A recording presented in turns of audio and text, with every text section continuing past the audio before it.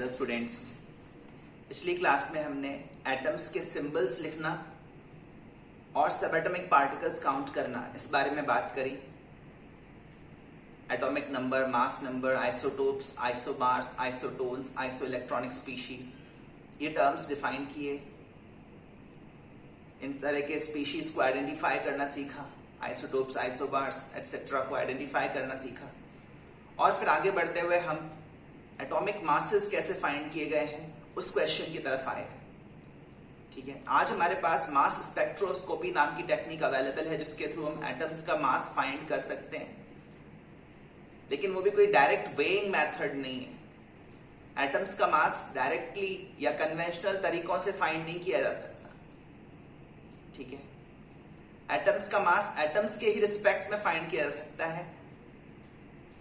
एक एटम को रेफरेंस मानते हुए बाकी एटम्स का मास उससे कितना ज्यादा है, कितने टाइम्स ज्यादा है या कितने टाइम्स कम है, ये फाइंड किया जा सकता है। और बाद में फिर उस रेफरेंस एटम को अगर हम एक मास वैल्यू असाइन कर दें तो हमें दूसरे एटम्स के भी मासेस मिल जाएंगे, लेकिन वो एब्सोल्यूट एटॉमिक मासेस नहीं कहलाएंगे, वो रिलेटिव एटॉमिक मासेस कहलाएंगे, क्योंकि वो मास रेशियोज की मदद से आए हैं। ठीक है ना, जिस तरह से मैंने आपको पिछली क्लास में एग्जांपल दिया था एक फ्रूट सेलर का, जिसने अपनी शॉप पर रखे हुए फ्रूट्स का मास एप्पल के रिस्पेक्ट में फाइंड किया। एक पाइनएप्पल एप्पल से कितने टाइम्स हैवियर है, एक पपाया एप्पल से कितने टाइम्स हैवियर है, एक मैंगो और एक एप्पल का मास रेशियो क्या है, एक बनाना और एक एप्पल का मास रेशियो क्या है। ठीक है ना, इस तरह के मास रेशियोज उसने फाइंड किए और बाद में एप्पल को एक मास वैल्यू असाइन कर दी, दे दी कि आज से इस एप्पल का मास 10 एप्पल मास यूनिट है, 10 AMU। ठीक है, और बाकी फ्रूट्स का मास भी हमें मिल गया एप्पल को ये वैल्यू देने के बाद, क्योंकि हमें ऑलरेडी पता था कि मास रेशियोज क्या है। अगर एक मैंगो एक एप्पल से 2 टाइम्स हैवियर है तो एप्पल का मास अगर 10 AMU है तो मैंगो का मास 20 AMU हो जाएगा उसकी शॉप पर जो रखा हुआ है। पर ये जो 20 AMU है इसको अपन मैंगो का एब्सोल्यूट मास नहीं कह सकते, क्योंकि ये वैल्यू हमें दुनिया में प्रेवेलेंट जो दूसरे यूनिट्स है मास की, किलोग्राम्स या ग्राम्स, उनके टर्म्स में भी पता नहीं है। ये वैल्यू हमें एप्पल के रिस्पेक्ट में पता चल पाई है, इसलिए इस मास को हम रिलेटिव मास कहेंगे। ठीक है ना, इसी तरह से एटम्स का मास फाइंड करने के लिए भी हमें एक रेफरेंस एटम की जरूरत है, और वो रेफरेंस एटम IUPAC ने डिफाइन किया है, सिलेक्ट किया है C12 आइसोटोप को, और C12 आइसोटोप को एक मास वैल्यू असाइन की है, मतलब दी है। असाइन करना आप समझते होंगे, असाइन करने और मेजर करने में फर्क होता है। कार्बन 12 एटम का मास कितना है ग्राम्स या किलोग्राम्स में, वो तो हम डायरेक्ट मेथड से मेजर नहीं कर पा रहे हैं, लेकिन कार्बन 12 को एक मास वैल्यू हम दे सकते हैं, असाइन कर सकते हैं। और वो जो असाइंड मास वैल्यू है वो है 12 एटॉमिक मास यूनिट्स, जिसको शॉर्ट में लिखते हैं AMU। यही बात मैंने यहां पर लिखी है।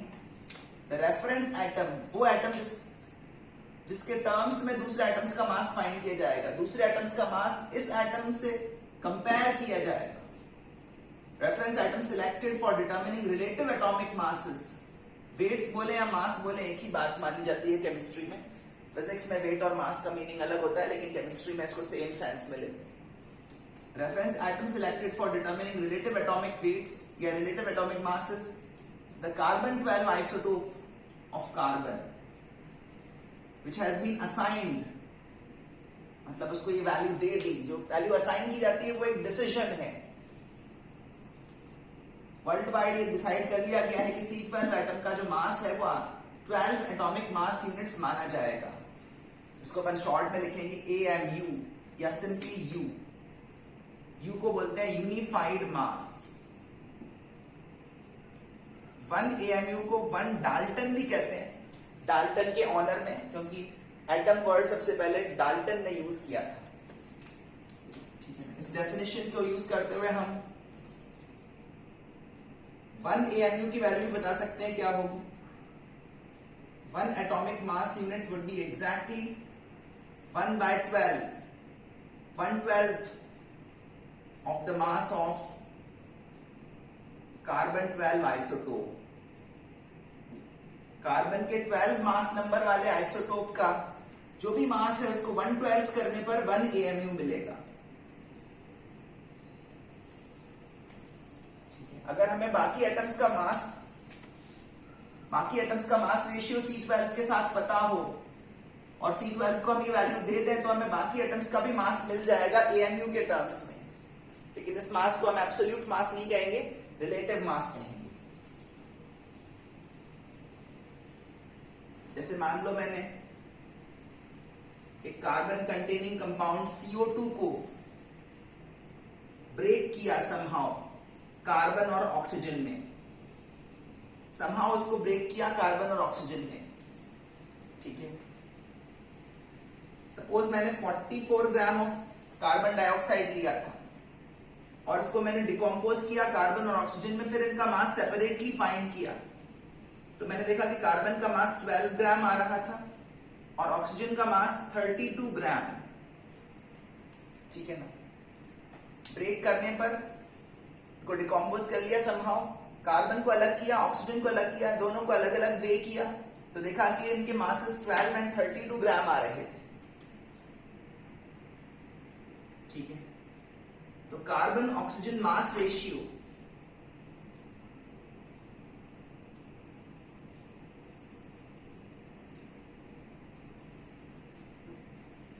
इस कंपाउंड के अंदर कार्बन ऑक्सीजन मास रेशियो कितना आ रहा है या ऑक्सीजन कार्बन मास रेशियो कितना आ रहा है 32:12।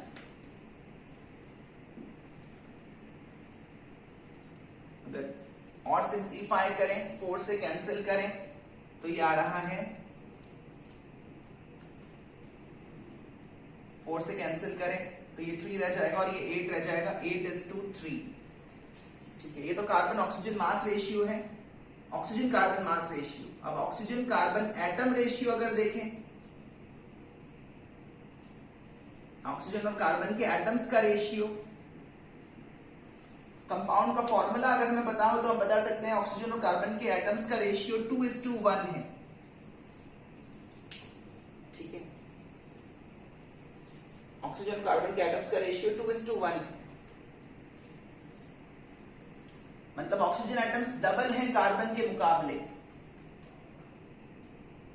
ऑक्सीजन एटम्स डबल है कार्बन के मुकाबले, तब मास रेशियो 8:3 आ रहा है। यहां से फिर हम atomic weight of oxygen upon atomic weight of carbon, ये मास रेशियो फाइंड कर सकते हैं। ध्यान से सोचना ठंडे दिमाग से, ऑक्सीजन एटम्स डबल हैं कार्बन के मुकाबले, तब मास रेशियो 8:3 है। अगर ये रेशियो 1:1 होता, 1:1, अब ये 2:1 है, अगर ये 1:1 होता मतलब ऑक्सीजन का नंबर आधा कर दिया जाए, ऑक्सीजन एटम्स का नंबर आधा कर दिया जाए तो ये मास रेशियो 4:3 रह जाएगा। ठीक है ना, जैसे ये डस्टर, ये दो मार्कर्स और ये डस्टर, इनका मास रेशियो मान लो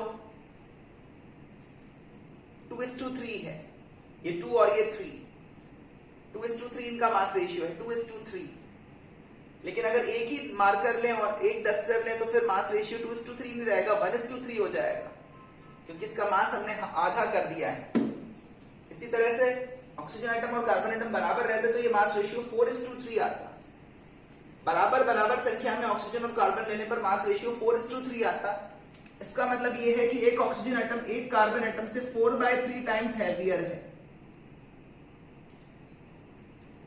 4/3 टाइम्स हैवियर है या 1.33 टाइम्स हैवियर है। अगर इन दोनों की संख्या बराबर होती तो mass ratio of oxygen and carbon 4:3 आता।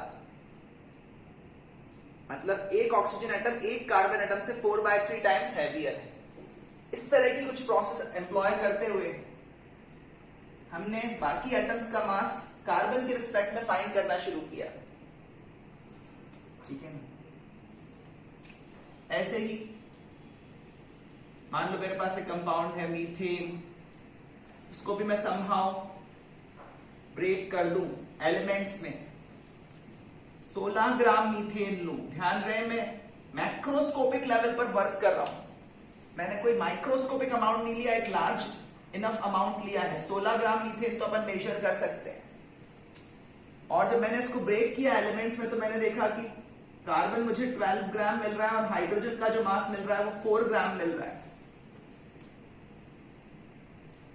तो हाइड्रोजन H2C मास रेशियो कितना आ रहा है? Hydrogen to carbon mass ratio 4:12 और hydrogen to carbon atom ratio कितना है? कंपाउंड का फॉर्मूला अगर हमें पता हो तो हमें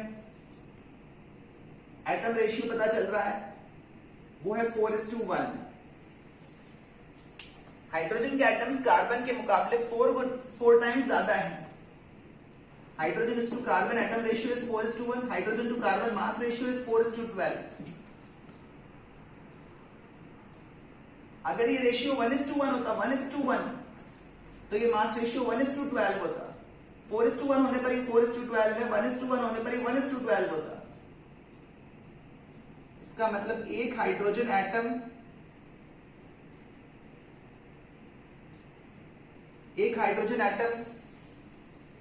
एक कार्बन एटम के मुकाबले 1/12 टाइम्स मास रखता है। अगर ये 1:1 होता तो ये 1:12 आता। Equal number of hydrogen atoms and equal number of hydrogen atoms and carbon atoms ले तो मास रेशियो 1:12 आ रहा है।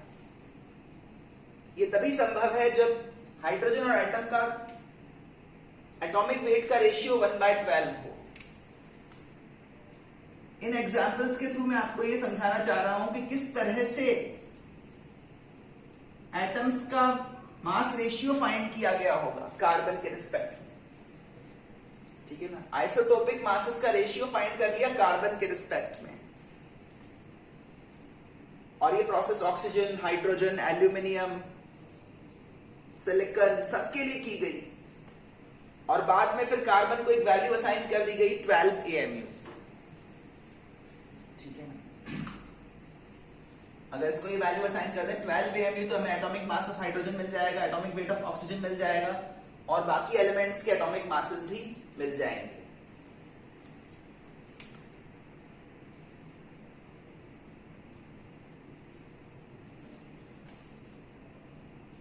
In a similar manner, atomic weight of aluminium upon atomic weight of C12.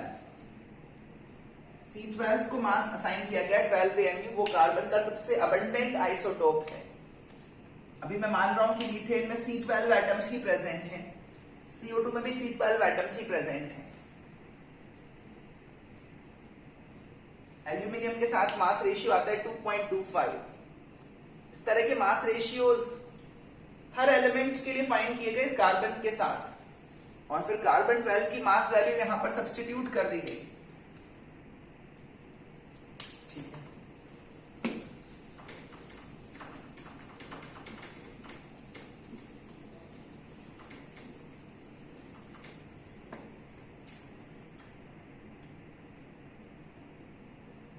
assigning 12 AMU mass to C12 isotope. C12 isotope gives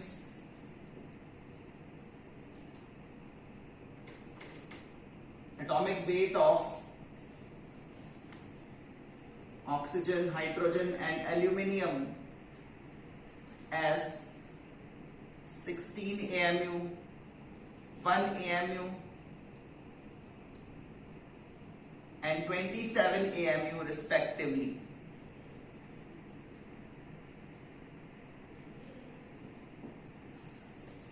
पर ये जो masses हमें मिले हैं इनको हम एब्सोल्यूट मासेस नहीं कहेंगे।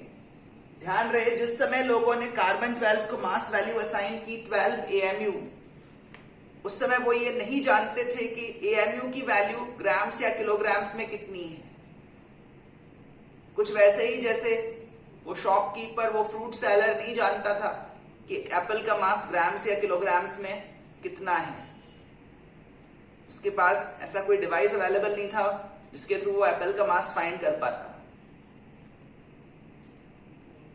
तो उसको एप्पल का एब्सोल्यूट मास पता नहीं था, लेकिन दूसरे फ्रूट्स का मास एप्पल के रिस्पेक्ट में पता था। ऐसे ही हमें कार्बन का मास एब्सोल्यूट मास पता नहीं है, लेकिन दूसरे एटम्स का मास कार्बन के रिस्पेक्ट में पता है। ठीक है ना। फिर हमने कार्बन को ये जो वैल्यू असाइन की है, इसको असाइन करके हमें दूसरे एटम्स के मासेस मिल रहे हैं, पर ये रिलेटिव एटॉमिक वेट्स हैं, एब्सोल्यूट एटॉमिक वेट्स नहीं है। Relative atomic weights with respect to C12 isotope. जिस समय कार्बन 12 को 12 AMU मास वैल्यू असाइन की गई, उस समय असाइन करने वालों को यह पता नहीं था कि AMU की वैल्यू ग्राम्स में कितनी होती है। हालांकि आज की तारीख में हमें यह वैल्यू पता है। 1 AMU की value 1.66 into 10 to the power -24 grams होती है। 1.66 into 10 to the power -24 grams is 1 AMU।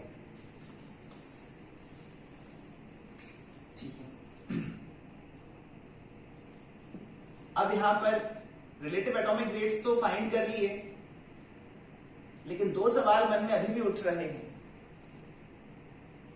पहला सवाल, why carbon 12 was selected? Why carbon 12 isotope was selected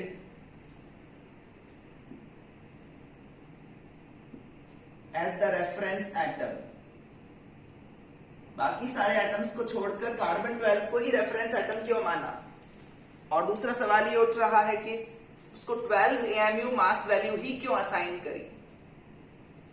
वैसे इन सवालों का जवाब ये भी हो सकता है कि अगर किसी और को भी सिलेक्ट करते और कोई और वैल्यू भी असाइन करते तो भी आप यही पूछते कि इसको क्यों सिलेक्ट किया और यही वैल्यू क्यों असाइन करी। ये सवाल तो हमेशा ही रहता। ठीक है ना। तो कोई भी वैल्यू दे और किसी को भी रेफरेंस माने तो पूछने वाले तो पूछेंगे ही कि इसी को क्यों सिलेक्ट किया। ध्यान रहे, सिलेक्शन किसी और का भी हो सकता था। रेफरेंस एटम किसी और को भी माना जा सकता था। 12 AMU की जगह कुछ और वैल्यू भी दी जा सकती थी, बट फिलहाल प्रेजेंटली जो रेफरेंस एटम है वो C12 है और जो असाइंड वैल्यू है वो 12 AMU है।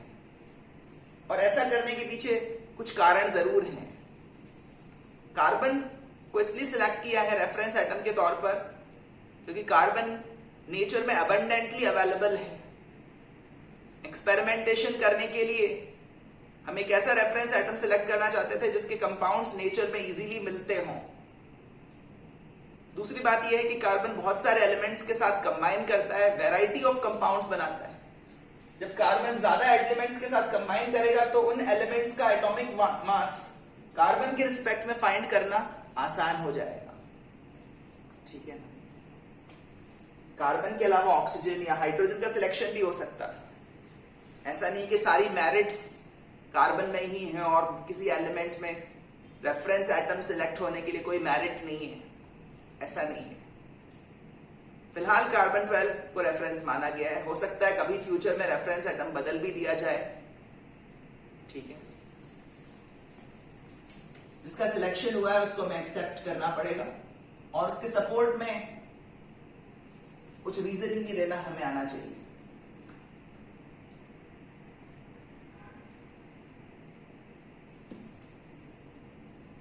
कार्बन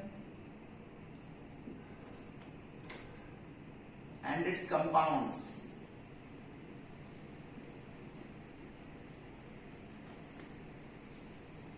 are abundantly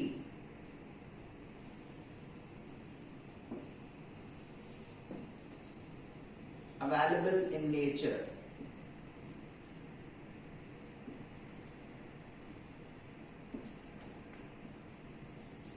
कार्बन उसकी कंपाउंड्स अबंडेंटली अवेलेबल है नेचर में। More over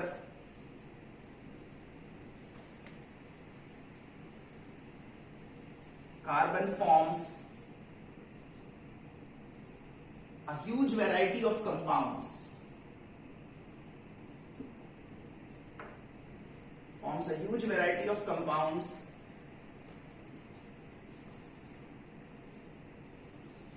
with a number of elements.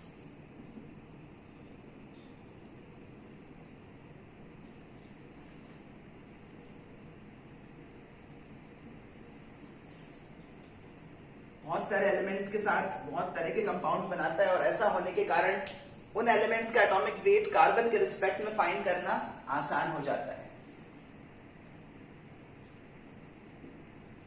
which makes it easier. Carbon के दूसरे आइसोटोप्स भी हैं, C13 और C14 भी हैं, पर उनमें भी सबसे ज्यादा अबंडेंस कार्बन 12 की है। 99% से ज्यादा एटम्स जो कार्बन के नेचर में मिलते हैं वो C12 के फॉर्म में मिलते हैं, with a number of elements which makes it easier to determine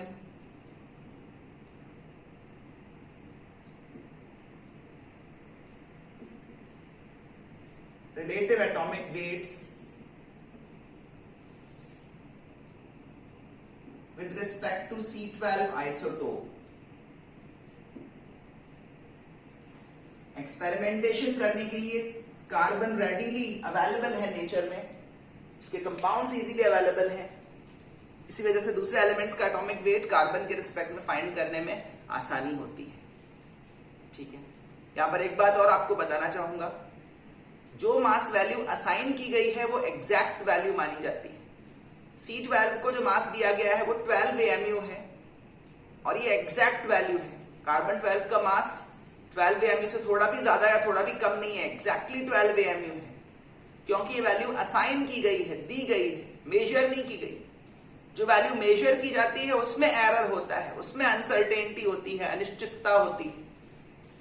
जैसे ऑक्सीजन और कार्बन का ये जो मास रेशियो है 1.33, ये एक्सपेरिमेंटेशन के थ्रू पता लगाया गया है, ये मासेस मेजर किए गए हैं, ये एक्सपेरिमेंट किया गया है, तो ये जो मासेस मेजर किए गए हैं इनमें कुछ एरर हो सकता है,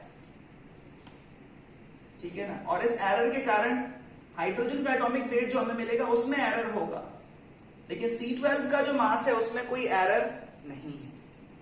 ध्यान रहे, जो वैल्यू असाइन की जाती है उसमें एरर नहीं होता, जो वैल्यू मेजर करते हैं उसमें एरर होता है। तो C12 का आइसोटोपिक मास एग्जैक्ट वैल्यू है, हालांकि दूसरे एटम्स के जो मासेस हमें मिल रहे हैं वो एग्जैक्ट नहीं है, क्योंकि वो एक्सपेरिमेंटेशन के थ्रू रेशियो फाइंड करके डिटरमिन किए गए हैं, और इस रेशियो में कुछ ना कुछ एक्सपेरिमेंटल एरर तो होगा ही। मास हम एग्जैक्टली मेजर नहीं कर सकते कभी भी। अगर मैं आपसे पूछूं आपका एग्जैक्ट मास क्या है, तो क्या आप बता सकते हैं? कभी नहीं, एग्जैक्ट वैल्यू ऑफ मास नहीं बताया जा सकता। जिस मेजरिंग डिवाइस से आप अपना मास फाइंड करेंगे वो भी इनएक्यूरेट है, वो भी एक पर्टिकुलर डेसिमल प्लेस तक ही आपको आपका मास बताएगी। ठीक है, हाँ, अगर कोई वैल्यू असाइन कर दी जाए तो उसमें एरर नहीं होता। जैसे डिसाइड किया गया कि नीट एग्जामिनेशन का ड्यूरेशन 3 आवर्स का है, तो ये जो 3 आवर्स है इसमें कोई एरर नहीं है। लेकिन अगर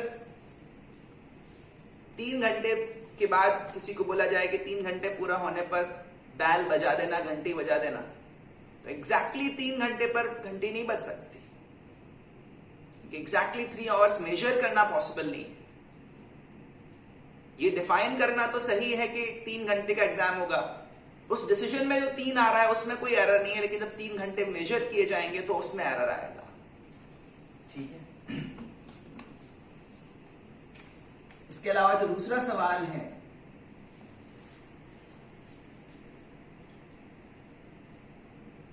वो ये है कि 12 वैल्यू ही क्यों असाइन की।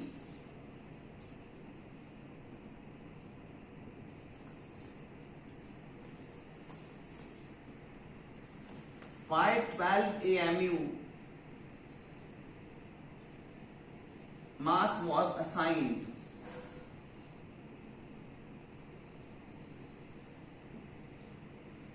to C12 isotope? 12 वैल्यू ही क्यों दी? सबसे सिंपल नंबर 1 क्यों नहीं दिया? 6 AMU क्यों नहीं दिया? 24 AMU क्यों नहीं दिया? इसका एक जवाब तो मैंने आपको बताया ही कि कुछ भी देते तो भी आप यही पूछते कि यही क्यों दिया। सवाल पूछने वालों को कभी शांत नहीं कर सकते। फिर भी इस वैल्यू को सिलेक्ट करने के पीछे एक कारण तो है। 12 AMU वो सबसे छोटा नंबर है, सबसे छोटा होल नंबर, जिसको लेने से ज्यादातर एलिमेंट्स के atomic weights nearly whole number value में आ रहे थे, नियरली होल नंबर वैल्यू में। और जो लाइटेस्ट एलिमेंट है हाइड्रोजन, उसका एटॉमिक वेट अप्रोक्सीमेटली 1 AMU आ रहा था। अब क्योंकि काउंटिंग हम 1 से शुरू करते हैं तो हमने ये सही समझा, लोगों ने ये सही समझा कि जो लाइटेस्ट एलिमेंट है उसका मास 1 AMU आ जाए, जिससे कि मास की काउंटिंग वहां से स्टार्ट हो जाए। मोर ओवर इस वैल्यू को लेने से ज्यादातर दूसरे एलिमेंट्स का atomic mass near about whole number value में आ रहा था, एग्जैक्टली होल नंबर नहीं आ रहा था, ध्यान रहे। पर ज्यादातर एलिमेंट्स का atomic weight close to whole number आ रहा था।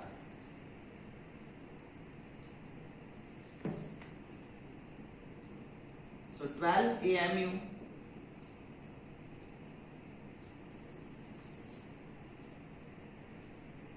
this is the smallest value, smallest whole number value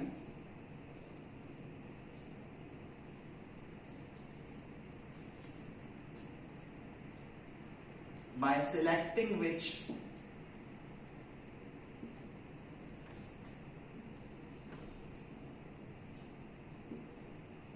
the atomic weights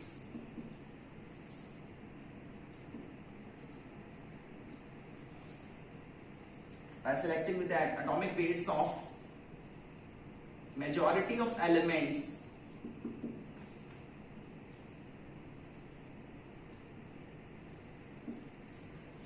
come out to be near whole number values, come out to be nearly whole numbers। और whole number values को याद रखना आसान होता है, कैलकुलेशन में आसानी रहती है। ज्यादातर एलिमेंट्स के एटॉमिक वेट्स अगर डेसिमल प्लेसेस में आते हो तो उनको याद रखना भी मुश्किल होता, कैलकुलेशंस में यूज करना भी मुश्किल होता। होल नंबर वैल्यूज यूज करने में आसान है, इसलिए 12 वैल्यू सिलेक्ट की गई, क्योंकि इसको सिलेक्ट करने से ज्यादातर एलिमेंट्स के, ज्यादातर के, ध्यान रहे सबके नहीं, atomic masses nearly whole numbers आ रहे थे। ध्यान रहे एग्जैक्टली होल नंबर तो किसी का नहीं आ रहा था, एग्जैक्ट होल नंबर में मास सिर्फ C12 का ही है, 12 AMU। बाकी किसी एलिमेंट का atomic mass exactly whole number नहीं आएगा, but close to whole number आएगा, ठीक है। और कुछ का नहीं भी आएगा, जैसे क्लोरीन का एटॉमिक मास 35.5 AMU है, ठीक है। जिंक का 65.4 AMU है, जो कि क्लोज टू होल नंबर नहीं है। पर ज्यादातर के atomic masses nearly whole numbers आ रहे थे। And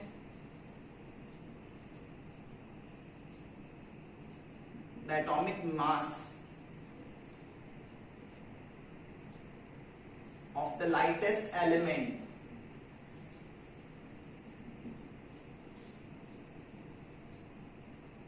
atomic mass of the lightest element hydrogen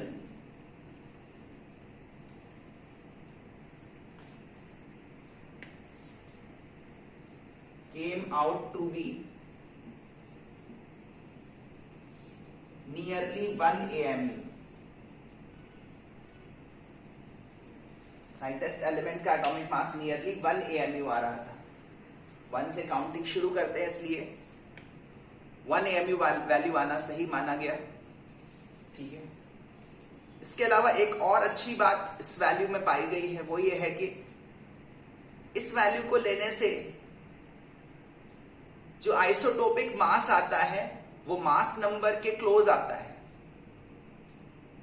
जो आइसोटोपिक मास आता है वो मास नंबर के क्लोज आता है। जैसे O16 का मास नंबर 16 है और उसका जो आइसोटोपिक मास आएगा वो भी नियरली 16 AMU आएगा। कार्बन 12 के लिए तो मास नंबर 12 ही है और उसका मास भी 12 AMU असाइन किया गया है। इस वैल्यू को लेने से अच्छी बात यह हुई कि जो न्यूक्लियॉन्स की संख्या है वो ही आइसोटोप का मास भी आ रहा है न्यूमेरिकली एएमयू में। लेकिन एक मिसकंसेप्शन भी लोगों में डेवलप होने लगा। हो सकता है आपके मन में भी वो मिसकंसेप्शन हो, वो गलत फहमी हो। और वो गलत फहमी ये थी कि लोग मास नंबर को ही एटॉमिक मास समझने लगे। ध्यान रहे, मास नंबर एटॉमिक मास नहीं है। मास नंबर एक नंबर है। हाँ, इस सिलेक्शन के कारण, 12 वैल्यू देने के कारण मास नंबर और आइसोटोपिक मास की वैल्यू न्यूमेरिकली काफी क्लोज आती है। इसलिए लोगों को लगता है कि मास नंबर और एटॉमिक मास एक ही चीज है।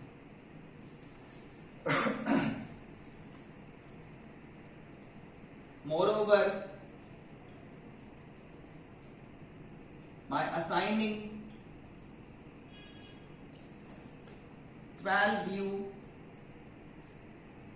mass to C12 isotope,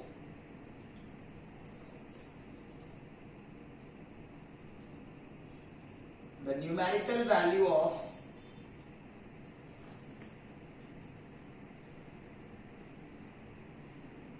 isotopic mass, isotope का मास जो है, numerical value of isotopic mass in AMU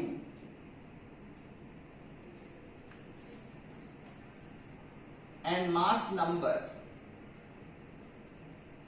जो आइसोटोपिक मास की न्यूमेरिकल वैल्यू है और जो मास नंबर की न्यूमेरिकल वैल्यू है,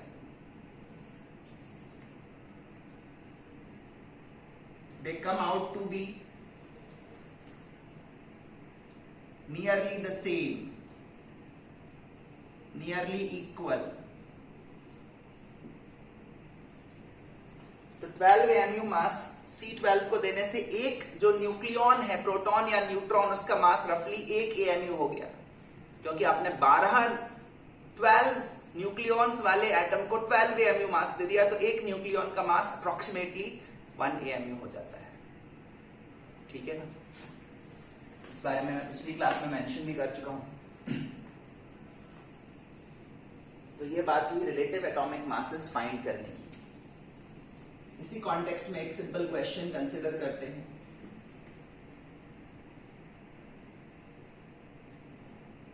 if O16 is considered to be the new reference atom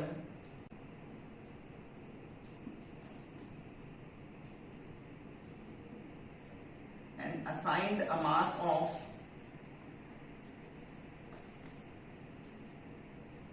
100 U prime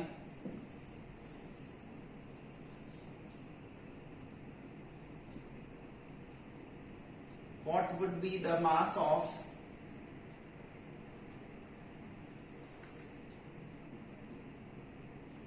a carbon 12 atom and a 1H1 atom on this new scale?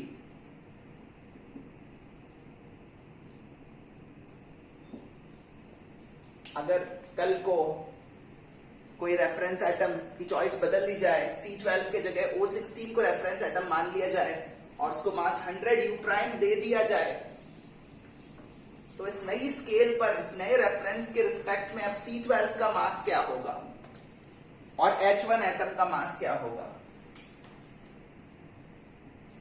अभी present scale पर तो इनके masses 12U and 1U ही हैं। इस नई scale पर भी वही रहेंगे क्या, 12U prime and 1U prime? उसका जवाब है नॉट नेसेसरीली। ध्यान रहे, मास रेशियो सेम रहता है। एक नई स्केल पर मास डिफरेंट आ सकता है लेकिन मास रेशियो सेम रहेगा। अगर एक ऑक्सीजन एटम एक कार्बन एटम से 1.33 टाइम्स हैवियर है, 4/3 टाइम्स हैवियर है, तो ये रेशियो किसी भी स्केल पर मेंटेन रहेगा। तो इस क्वेश्चन को करने का जो लॉजिक है वो ये है कि मास रेशियो सेम बना रहता है। Atomic weight of oxygen O16 upon atomic weight of C12 ये कुछ ऐसा ही है जैसे मैं कहूं कि ये जो डस्टर है ये इस मार्कर से 4 टाइम्स हैवियर है, सपोज 4 गुना भारी है ये मार्कर से। तो आप इसका मास किलोग्राम्स में लें, इसको भी किलोग्राम्स में लें, दोनों का मास ग्राम्स में लें, दोनों का मास नैनोग्राम्स में लें, पाउंड्स में लें, टन्स में लें, किसी भी यूनिट में लें, इनका मास रेशियो 4:1 ही रहेगा। सिमिलरली इन दोनों एटम्स का मास चाहे यू में लिखा जाए या यू प्राइम में लिखा जाए, मास रेशियो सेम रहेगा। न्यू स्केल पर जो मास रेशियो है और ओरिजिनल स्केल पर जो मास रेशियो था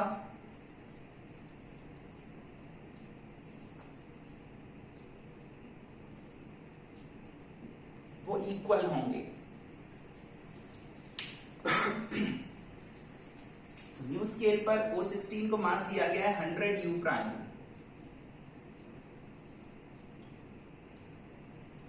ठीक है।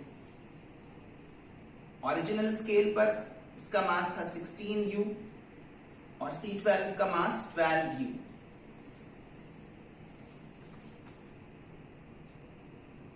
यहां से हम नई स्केल पर C12 का मास फाइंड कर सकते हैं।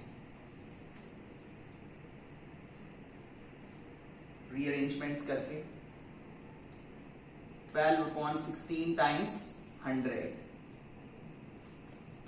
और आप देखेंगे ये वैल्यू आएगी 75 U प्राइम। तो नए स्केल पर C12 एटम का मास है 75 U प्राइम। मास रेशियो वही है 4/3 ऑक्सीजन और कार्बन का। और यही तरीका सेकंड पार्ट में यूज किया जाएगा। atomic weight of O16 upon atomic weight of H1, new scale और ओरिजिनल स्केल पर सेम ही रहेगा।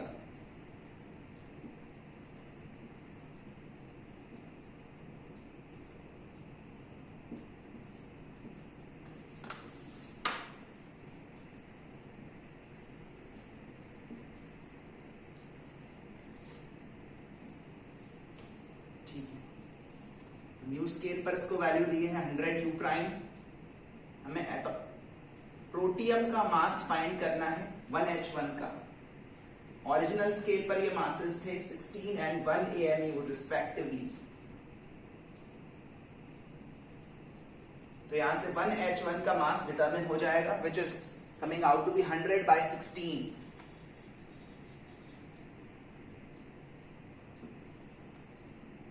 और ये वैल्यू आएगी 6.25 U प्राइम।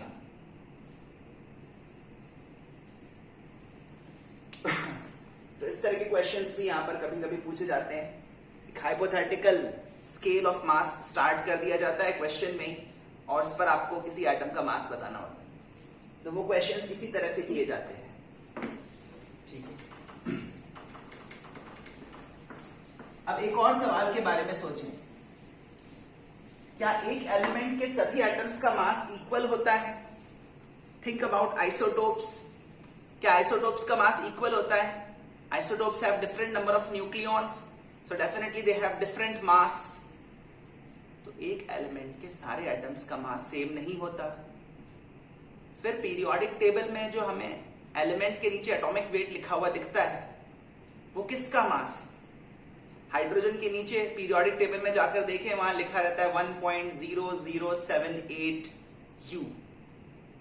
अब ये जो 1.0078 है ये 1H1 का मास है या 1H2 का मास है या 1H3 का मास है? किसका मास है?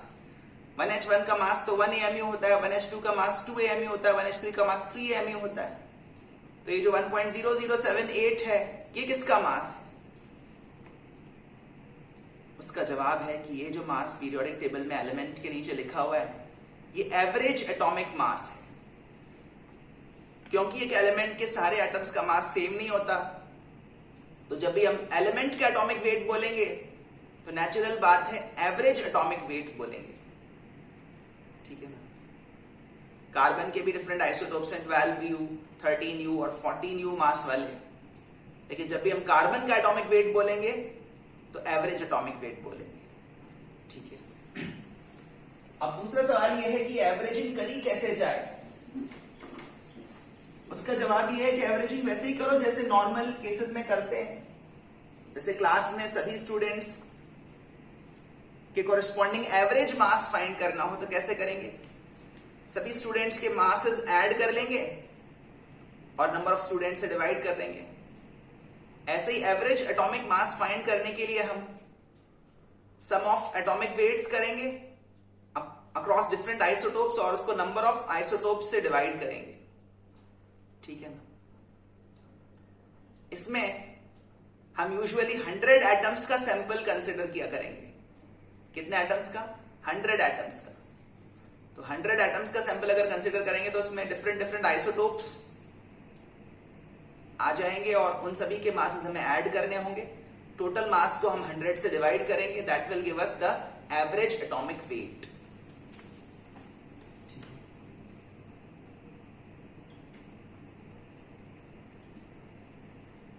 Atomic weight of an element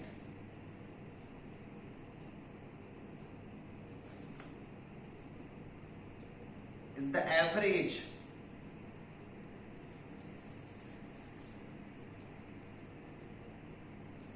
of isotopic masses। क्योंकि एलिमेंट्स में डिफरेंट डिफरेंट मास वाले एटम्स मिलते ही हैं, आइसोटोप्स मिलते ही हैं। क्लोरीन के कुछ एटम्स का मास 35 AMU के पास है और कुछ का मास 37 AMU के क्लोज है। जब आपसे क्लोरीन का एटॉमिक मास पूछा जाएगा तो आप 35 बोलोगे या 37 बोलोगे? इसका जवाब है हम इन दोनों वैल्यूज का एवरेज लेंगे और वो एवरेज आइसोटोप्स की अबंडेंस के अकॉर्डिंग लिया जाएगा। जो आइसोटोप नेचर में ज्यादा है, एवरेज वैल्यू ऑफ मास उसके पास आएगा। ठीक है? Atomic weight of an element is the average of isotopic masses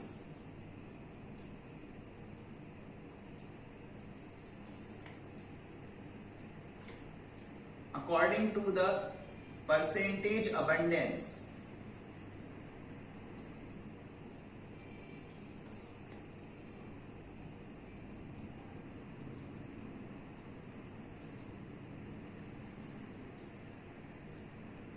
according to the percentage or natural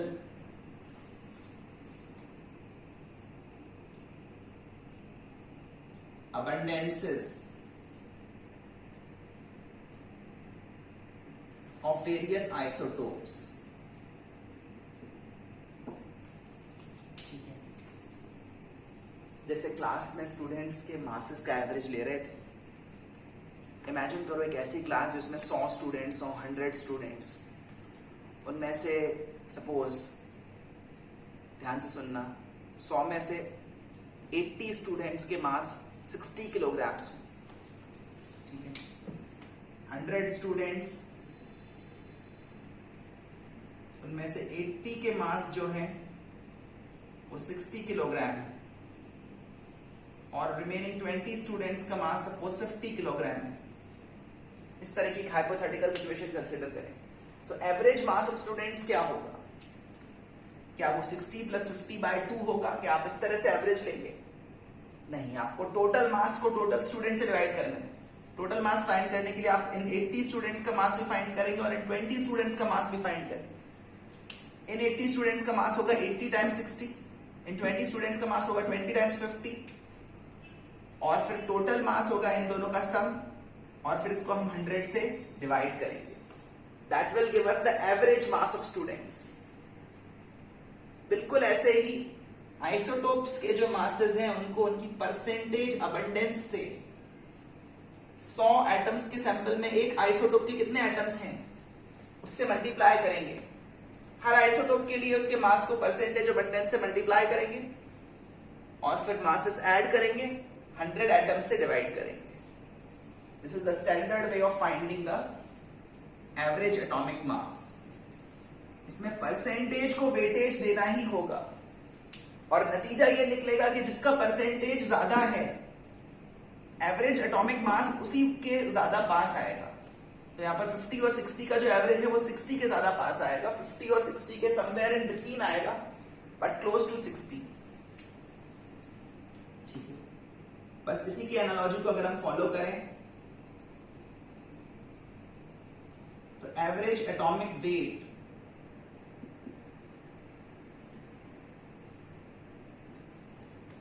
का फॉर्मूला बनता है परसेंटेज अबंडेंस। 100 एटम्स के सैंपल में एक आइसोटोप के कितने एटम्स होंगे, उसी को बोलते हैं परसेंटेज अबंडेंस। और इस बारे में हम पिछली क्लास में भी बता चुके हैं। Percentage abundance multiplied by isotopic mass. जैसे यहां पर 80% स्टूडेंट्स के 60 किलोग्राम मास था, ऐसे यहां पर कितने परसेंट एटम्स का ये मास है, ऐसा आपको हर आइसोटोप के लिए करना होगा और बाद में इन सबको ऐड करना होगा। इसके लिए सिंपल है समेशन, ताकि टोटल मास मिल जाए और फिर इसको 100 से डिवाइड कर देंगे।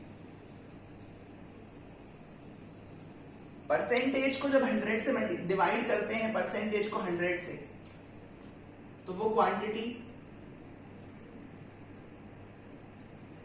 फ्रैक्शनल अबंडेंस कही जाती है। फ्रैक्शनल अबंडेंस, जैसे 80% अबंडेंस है तो 80 को 100 से डिवाइड करें, 80 by 100 विच इज 4/5। तो 4/5 जो एक फ्रैक्शन आया है, इसको अपन बोलेंगे fractional abundance. 4/5 of the atoms एक मास रखते हैं, 1/5 ऑफ द एटम्स दूसरा मास रखते हैं। ठीक है ना, जितने भी आइसोटोप्स हैं उन सबके लिए यही करना होगा, फिर उसको वो रिजल्टिंग वैल्यूज को ऐड करना होगा। और ये फॉर्मूला ऐसे भी लिखा जा सकता है, परसेंटेज को 100 से डिवाइड करने पर मिलता है फ्रैक्शनल अबंडेंस। एक पर्टिकुलर आइसोटोप कितने फ्रैक्शन में है एलिमेंट के सैंपल में, fractional abundance multiplied by isotopic mass का सम।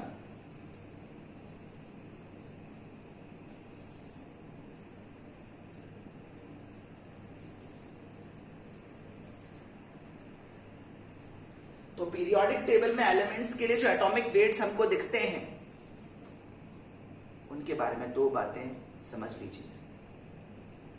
वो जो एटॉमिक वेट्स पीरियोडिक टेबल में लिखे हुए हैं, पहली बात तो वो रिलेटिव हैं, कार्बन 12 आइसोटोप के रिलेटिव फाइंड किए गए हैं। दूसरी बात वो एवरेज हैं, average according to the natural abundance of various isotopes.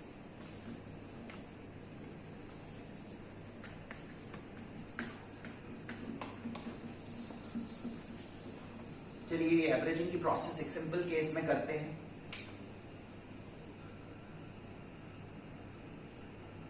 Chlorine has 2 isotopes. Chlorine के 2 आइसोटोप्स होते हैं, क्लोरीन 35, इसकी परसेंटेज अबंडेंस 75.77% है। 100 एटम्स के सैंपल में 75.77 एटम्स Cl35 के होंगे। 1000 एटम के सैंपल में 57.7 एटम्स होंगे। 10,000 एटम्स के सैंपल में 7,577 एटम्स Cl35 के होंगे। और बचे हुए एटम Cl37 के होंगे 24.23%। ये जो नंबर्स लिखे हुए हैं, ये इनके मास नंबर्स हैं। और जो मास नंबर होता है, आइसोटोप का मास भी उसकी क्लोज ही होता है एएमयू में, क्लोज होता है, ध्यान रहे, पर एग्जैक्टली इक्वल नहीं होता। जैसे क्लोरीन 35 के लिए जो मास है, आइसोटोपिक मास, वो है 34.9689 U। और क्लोरीन 37 के लिए जो मास है वो है 36.9659 U। तो ध्यान रहे, ये तो है mass number. Mass number is always a whole number, mass number can never be fractional. और ये जो वैल्यू है, ये आइसोटोपिक मास है। मास नंबर और आइसोटोपिक मास काफी क्लोज होते हैं। अगर होल नंबर में इसको राउंड ऑफ कर दें, राउंड ऑफ, मतलब इसको नियरेस्ट होल नंबर में कन्वर्ट कर दें तो ये भी 37 बन जाएगा, ठीक है। पर ये ऐसा भी नहीं है कि आइसोटोपिक मास और मास नंबर एक ही चीज होती है और एग्जैक्टली इक्वल होते हैं, ऐसा भी नहीं कर सकते। एग्जैक्टली वर्ड यूज नहीं कर सकते, अप्रोक्सीमेटली इक्वल होते हैं। फिलहाल इस वैल्यू को मैं राउंड ऑफ करूंगा सिंपलर कैलकुलेशन के लिए, 35.0 लिखूंगा। इसको भी राउंड ऑफ करके 37.0 लिखेंगे फॉर सिंपलर कैलकुलेशन। अदरवाइज इस कैलकुलेशन के लिए हमें कैलकुलेटर की जरूरत पड़ेगी और it will become highly time consuming. Even I will simplify this number also. It will become 75.8 for me और इसको मैं 24.2 कर दूंगा। अप टू 1 डेसिमल प्लेस मैंने इनको राउंड ऑफ कर दिया, ठीक है। राउंडिंग ऑफ भी हम एग्जांपल्स के थ्रू समझते रहेंगे। Average atomic weight of chlorine, आगे से एवरेज वर्ड बोला जाए या ना बोला जाए, अगर सिंपली ये भी बोला जा रहा है कि एटॉमिक वेट ऑफ क्लोरीन बताओ तो बाय डिफॉल्ट ये इंप्लाइड है कि एवरेज वैल्यू ही बतानी है। Atomic weight of an element by default means average atomic weight. तो ये है आइसोटोपिक मासेस। इस आइसोटोप के मास को इसकी परसेंटेज अबंडेंस से मल्टीप्लाई करें, दूसरे आइसोटोप के मास को दूसरे की परसेंटेज अबंडेंस से मल्टीप्लाई करें। ये हो गया सम ऑफ मासेस ऑफ 100 एटम्स और इसको 100 से डिवाइड करें तो हमको एवरेज एटॉमिक मास मिल जाएगा। 758 को 35 से मल्टीप्लाई करें, this is one calculation that we have to do. 35 into 8 क्या बन जाता है, इट विल बिकम 280 का 0 यहां रखेंगे, 28 ऊपर ले जाते हैं। 35 into 5 is 175, 175 में 28 ऐड किया तो 203, 200 ऊपर जाएगा। 35 into 7, 35 into 7 will be 245, 245 में ये ऐड कर दें,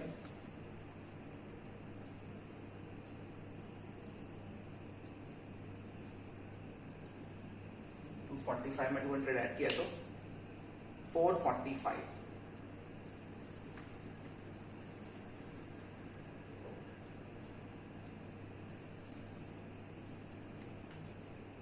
ठीक है, 35 into 8 is 280, 28 ऊपर गया, इसमें ऐड किया तो 175 में 28 ऐड किया तो 203, 203 एक्चुअली 20 आएगा और 35 into 7 किया तो 245, 245 में ऐड किया तो 265 होगा। So this is the correct number. इसमें डेसिमल यहां पर लगाया जाएगा तो ये हो जाएगा 2653। और दूसरी कैलकुलेशन ये है, इसमें अपन को 37 को 242 से मल्टीप्लाई करना है। पहले 2 से मल्टीप्लाई किया तो 74, फिर 4 से मल्टीप्लाई किया तो 148, फिर 2 से मल्टीप्लाई किया तो 74। इन सबको ऐड करें तो ये आ रहा है 895.4।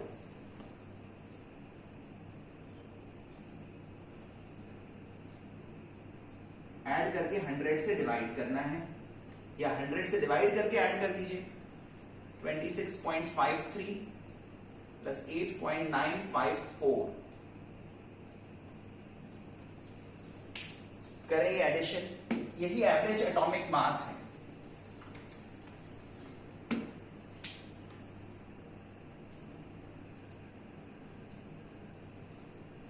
Average atomic weight of chlorine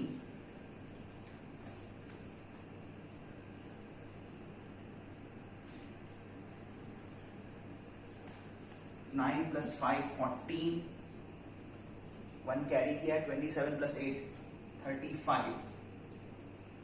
मेरी कैलकुलेशन का रिजल्ट ये आ रहा है। होपफुली आपको भी ये वैल्यू मिल गई होगी।